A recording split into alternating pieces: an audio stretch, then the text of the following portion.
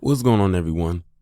Welcome to the Taurean Rain Reloaded channel. If you are new, make sure you go ahead and hit that subscribe button, hit that bell, and have your notifications set to all so you will be notified every time I upload a new video or go live. Also, be sure to like, comment, and share this content on your various social media platforms.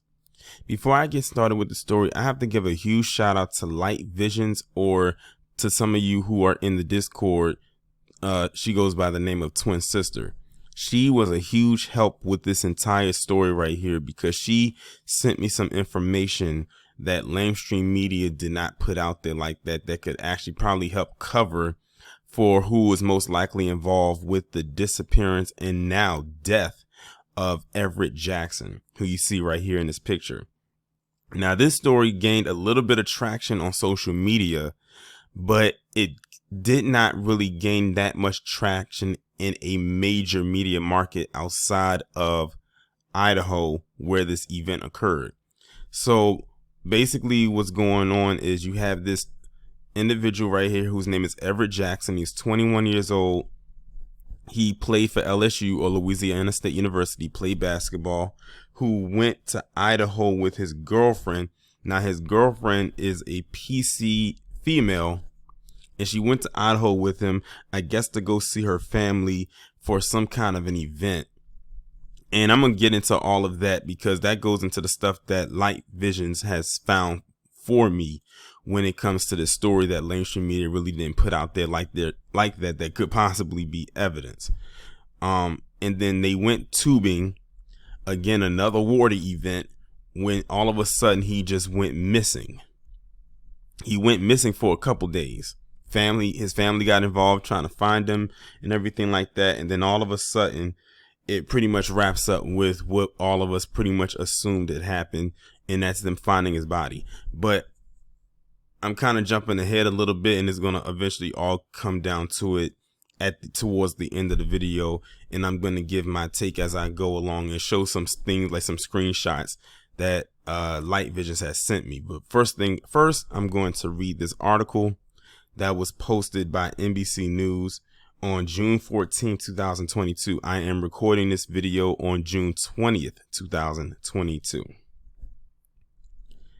A search is underway for a 21-year-old Louisiana man who got swept into an Idaho river while tubing over the weekend, officials say.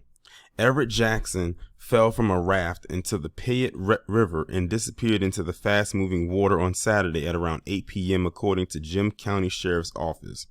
Jackson played on the Louisiana State University Eunice basketball team for the 2020-2021 school year as a freshman, and was a student at the school for the spring 2022 semester.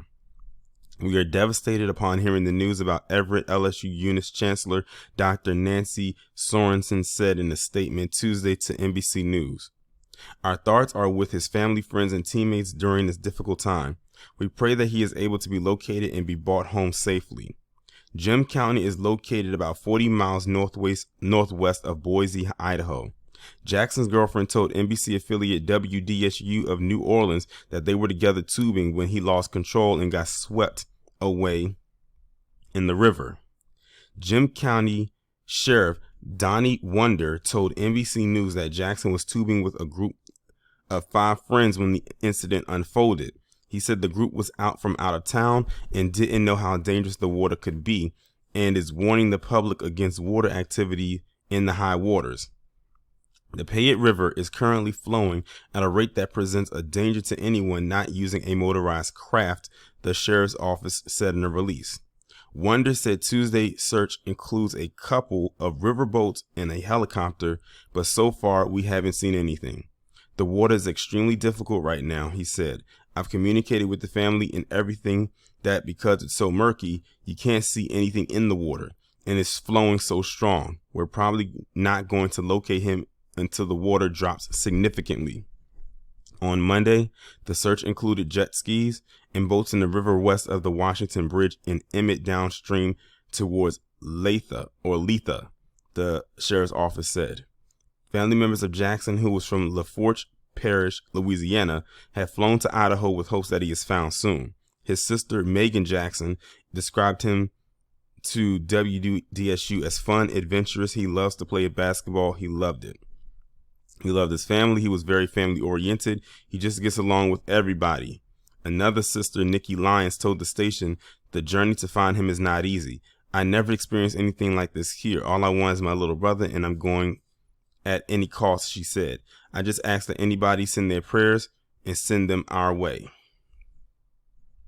So that is the first article that went out when it came to the story. So basically, it's almost like I'm going back a little bit and then working to the most recent thing, which of course I already mentioned what happened.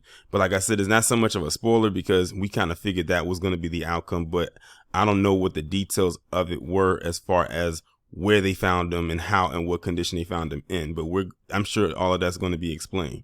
So what I'm about to show you is some stuff that Light Vision sent me that mainstream media did not have a hold of. Okay, so here's the first thing right here. Now here's a picture of Everette and his girlfriend right here. Her name is Gracie. I believe that is her name. And this is a post that she made after he went missing. She said, I'm lost for words right now. 6/11/22 will be a date I will never forget. Everette Jackson, thank you for caring for me, loving me, and making me feel beautiful inside and out. You are so special to me. You will forever be in my thoughts, and you will always be mine. You are a strong human being, and I'm inspired to have the heart you have. This isn't fair. It doesn't make sense. I love you, my every boy. Give me a sign you are okay, my boo bear. Come back so we can get married. Honey Bunny. Very interesting, choice of words. So that part right there at the end, I guess the topic of marriage must have come up. I don't know if that's the case or not, considering how young they are. But something that just struck me as interesting is that she was out there with him and he's the one that goes missing. They said they were out there with other people, but he's the one that goes missing. I'm willing to bet, and in the state of Idaho, that the vast majority of the people that was there was PC, and he was probably the only black face there, the only black figure there. But let's continue because there's more. So here's another screenshot right here. It says, y'all please read this story about this young man who went missing on June 11, 2022. His name is Everette Jackson, a 21-year-old Louisiana college student. He was with his girlfriend Gracie and some friends tubing in Idaho, and the girlfriend claims the current swept him away and he never came back up. The weather is bad in Idaho right now. They're having some very strong winds and heavy rainfall, so the local police department is saying it's too dangerous to be looking for him. So they're saying that, that's in a form of a question, like, why aren't they out there looking for him? And also, why would they be out there tubing if they knew that the weather was that bad? And I think the article that I read even alluded to saying that they should not be out there tubing in bad conditions. Why were they out there? That's the question. Unless they went out there before the conditions got bad. But that's the thing. You always want to make sure that before you do any type of outdoor activities, you check the weather for the day. If that thing says that it's going to be storming that day, I don't care what time the storm comes in, because weather currents can always change. Weather patterns can always change. You won't find me doing any type of outdoor activity. I'll just wait until the next day or whenever the weather is cleared up again. She goes on to say his family flew into town to discover no search teams were present and started searching on their own. So it's almost like no one was out there looking for him. The family had to come in thinking that search teams was there and finding that there weren't any, and then they had to start doing their own digging and investigation. That again sounds real familiar when it comes to the missing black individuals. That's a repeated pattern. I've looked on the Shade Room and some other well-known sites, and this story is not getting enough attention. This is somebody's child, brother, and friend. These people deserve closure. Please help this story get more attention. Hashtag Everette Jackson. And that's a picture of them two right there. This picture right here that you see at the bottom in this corner is the picture that went viral. This picture right here.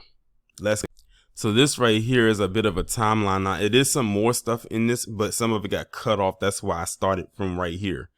So this is a bit of a timeline right here. It says he was last seen in the Payette River, located in Idaho, wearing a pink shirt, pink shorts, and black Crocs with a Space Jam logo. And that starts at 5 months ago. He says Everett attended a basketball game at TSU, and he met a young lady named Gracie Coca, aged around 20 to 21 years of age. Gracie attends the College of Southern Idaho. 2 months ago, Gracie visited Everett in Louisiana with the promise that Everett would visit her in return. June 8th, 2022, Everett flew to Boise, Idaho to visit Gracie and her family, Kirby, Tracy, and Kellen. He mentioned attending a wedding with Gracie. However, upon arrival, he was told that it was against the religion for him to attend because the people getting married were Mormon. Are you sure it was just because they're Mormon, or was it something else? And y'all know exactly what the something else was or is. Then it says 6/11/22, Everett, Gracie, and her 3 friends went tubing. And since Gracie stated they missed the exit and she was able to pull herself up onto the dock and he was trying to hold the tube man the dock, she held onto a branch and she tried to give him a hand, but he slipped away into the current and never came back up. Also, she told a friend of Everett that they were getting out of the water and he stumbled and dropped his crock, and when he bent over to pick his crock and dropped his phone and fell over in the river trying to retrieve it. That's a very interesting story. I don't know how much of that I actually believe. Like, the drop the crock, first off, if it was a crock that went in, that crock would have just got left. Leaving the phone, I could get a new phone. But anyway, it says, the next part says a stranger called 911 stating they saw both of them struggling in the water, and the call dropped. The stranger stated Everett floated away without a struggle, and Gracie was standing safely on the dock. He only saw 2 people. The family was notified by police, but the airlines stated they couldn't fly out due to the weather. However, the police ensured they would be searching in the areas anyways. Then on June 13, 2022, the family flew to Boise, Idaho from Louisiana to start searching for Everett. Upon arrival to the Payette River, they noticed no one was searching. And that's the last little piece right here, the timeline. It could be more, but this is the only screenshots that I did end up receiving. But this part right here just sounds so scripted. This part, like with the crock and the phone, something just doesn't seem right to me. And Light Visions, who's the one who sent me this, she basically said the same thing, that something about the story just doesn't sit right with her. And I'm sure those of you who are listening to this, it doesn't sit right with you either. Now we have moved up a little bit more with the story. It is now June 17, 2022, because this is a screenshot from the article, another article that was sent to me, and it was posted on that particular day. And it says, we will find him, not giving up hope as crews continue to search the Payette River for missing floater. The family of a man who went missing while floating in the Payette River in Emmett said they are not giving up hope. I want to find him. I'm constantly, as we're walking, and I'm praying, believing, I'm holding on to, we will find him, said Megan Jackson, the sister of Everette Jackson, who hasn't been seen since Saturday, June 11th. So now 6 days have passed. So just about a full week has already passed since he's been missing by this point. Jackson was visiting from Louisiana. The Jim County Sheriff's Office said he was floating the Payette River with a group on Saturday when he missed the cutoff point to get out of the river. A witness told the sheriff's office that they saw him go under the water and never come up. Sheriff Donnie Wonder told KTVB, right now the flow is dangerous and that's making the search for Jackson more difficult.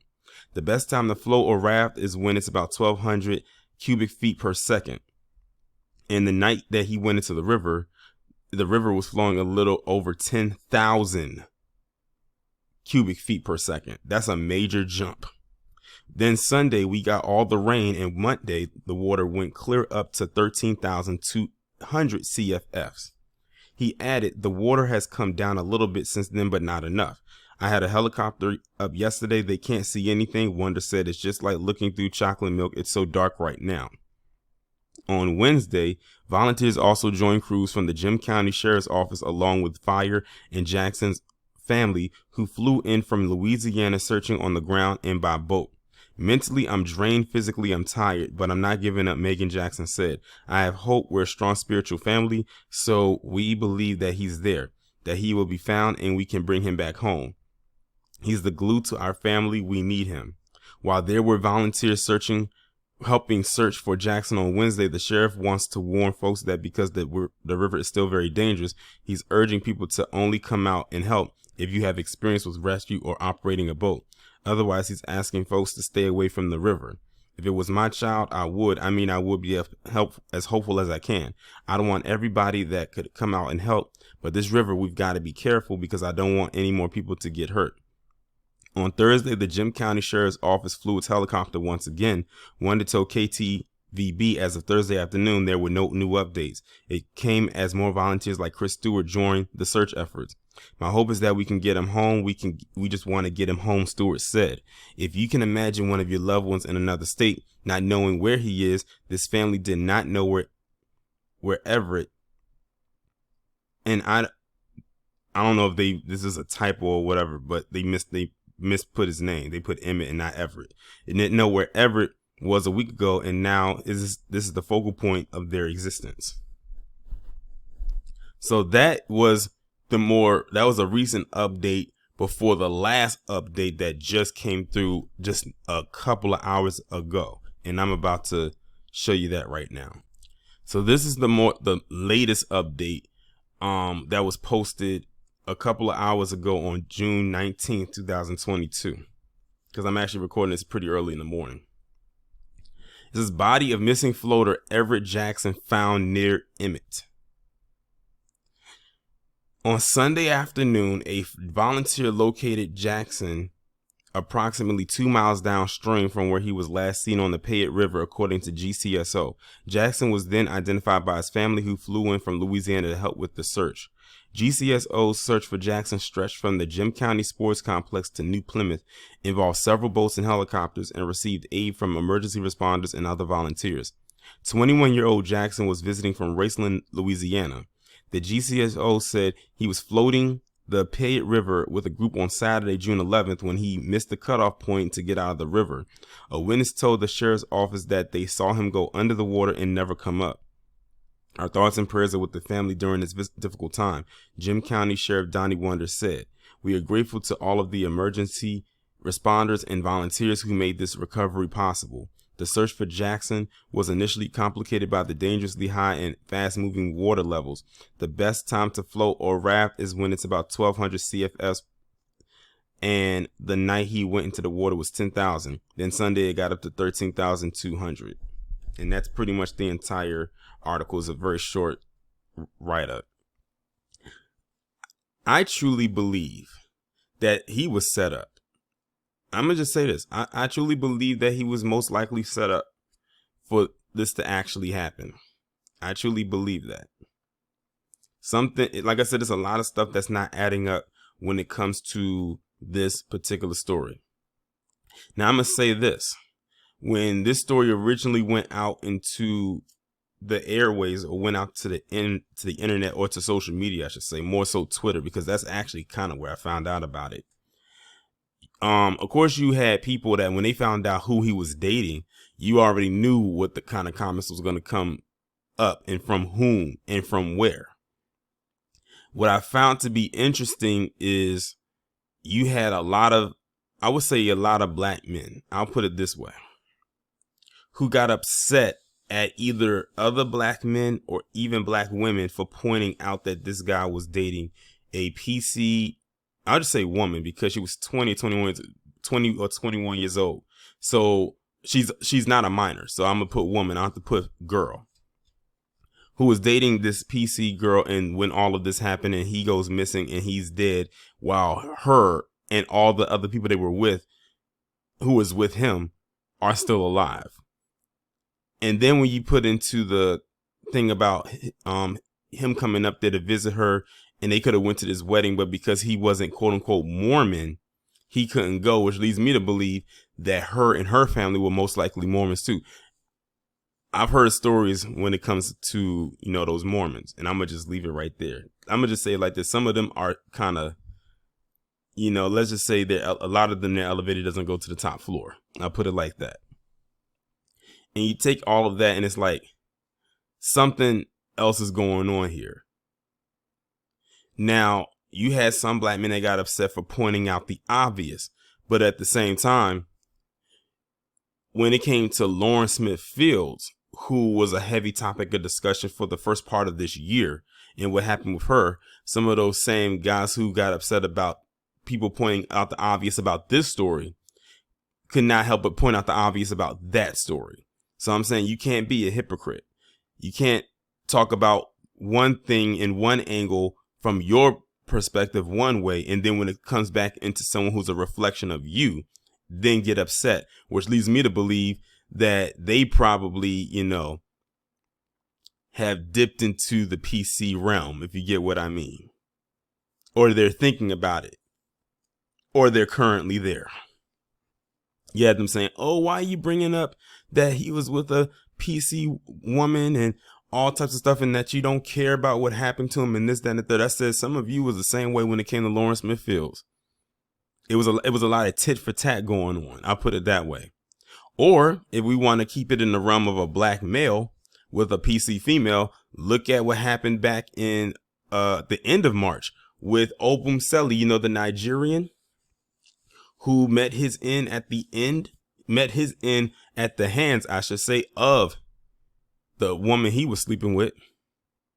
And we knew that he had some anti-black sentiments, especially anti-black or anti-FBA sentiments in particular. That's why it was very easy for us not to feel bad for him. Just like Lawrence Smith Fields had some anti-black men sentiment, which is why it was easy for a lot of people to not really feel bad for her. Now, I don't know what his stance was when it comes to this, but what I'm finding is there's a pattern when it comes to some people who date interracially. Their mindset towards black people just kind of is mind blowing. They never had that sentiment towards the people who look and identify like their partner. I can say the same thing about Silly Porter. That guy's laid up with a whole white dude. But the anguish that he has towards black people is disgusting, to say the least. So you can't help if people have those kinds of questions. Granted, what happened to this guy is very sad, but you can't help when people are going to have questions about his mindset when it came to black people in particular. It shouldn't be the topic of discussion, but a lot of times it's going to come up because you just never know. It will help determine if, despite who he was dating, if black people will give a damn or not. And speaking of giving a damn, now we need to know how the family feels about this whole situation. And sorry about that. This thing just refreshed out of nowhere. I don't know why I did that. What is the family going to feel like? Hopefully there's none of this forgiveness stuff, even though they can't really point the finger or blame at anybody at this point. But I wouldn't be surprised if going forward, when it comes to this story, that they're going to say that this was just merely an accident. Because remember what happened with Jelani Day last year when they found his body. And so many things alluded to a possibility that he could have been killed, but they tried to make it seem like it was just something that just happened. Or the black guy in South Carolina who went out on a boat and he was the only black guy within a sea of PC, and he goes out into the water and they come back and he's gone and he's missing. And when they got questioned by the police, they all gave different stories. And they just chalked it up as it being an unfortunate accident. That way it was no investigation, and it closes off with that. Family gets no closure. And speaking of questioning, I wonder if the people, including his girlfriend, are going to be questioned about what happened. After all, they will be considered witnesses. They saw what went down, quote unquote. Are they going to be questioned? But I'm going to say it right here, and I don't know if his family is listening or not. I just got the strongest feeling that this thing is not going to go further than what it is right now. I highly doubt that this will have a trial. I highly doubt that this will garner enough to be a case or go to trial. But I will be questioning the people that were there that day. And so the thing is, they were out. It was just her, and those other individuals that was with him. So we don't really know what went down. All we know is that he went missing and he never came back up. That's pretty much it. He went to go visit this girl and her family. He wasn't allowed to come to the wedding because he, quote unquote, wasn't Mormon. They went out tubing, and a day when the conditions were not good, even though they shouldn't have gone, he goes missing. A week later, they find him in his body. They find his body, deceased, dead. And it's probably going to just end right there. I'm willing to bet. Now, before I end this video off, I want to give a shout out to this woman on YouTube. Her name is The Plainest Jane. That is the name she goes by. And also, again, shout out to Light Visions, or twin sister, inside of the Discord, because she was the one that sent me a video of hers where she did a very thorough breakdown of this case right here, and she found some stuff that even I didn't know was out there, mainly because mainstream media isn't talking about it. But she actually did two good breakdowns of this. She did a breakdown video that was about an hour long on the first part of it. Then she found some stuff about the family of the PC Girls family. She found some videos. She found a lot of stuff that's not in my commentary. She found a lot of other stuff. So what I want you to do is do me a favor and go and subscribe to her channel. And what I'll do is I'll leave the link to her channel as well as the two videos of the breakdowns that she did, and really listen and watch thoroughly about what she did. Like, she broke this all the way down. It's almost like she did some CIA, FBI, U.S. Marshal investigative work. Like, she put on her Dick Tracy trench coat, got her magnifying glass, and went to work. I mean, it's almost like she scrubbed this thing from top to bottom. Like, it was amazing how much stuff she was able to find out that, of course, mainstream media wasn't talking about. And at the time of me recording this video, she was like the only person I really saw on YouTube that actually talked about this story. Because I was kind of going to leave it alone. But after she did her little breakdown about it, which I ended up watching more so after I did my commentary, I said, yeah, she's the real deal. And she talks about different other things on her channel.